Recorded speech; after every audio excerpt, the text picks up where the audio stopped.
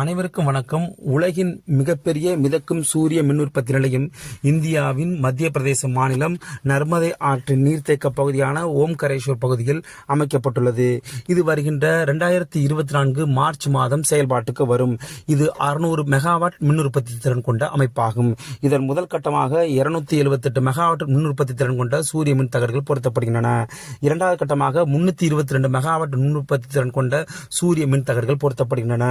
இது மத்திய பிரதேச மாநில அரசும் மத்திய அரசும் ரூபாய் 3950 கோடி ரூபாய் முதலீட்டில் தொடங்கியுள்ளது.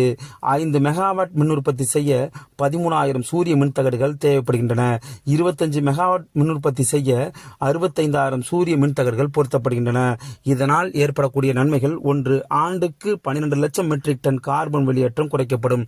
நர்மதை நதியின் 60 முதல் 70% நீர் ஆவியாதலிருந்து தடுக்கப்படும்.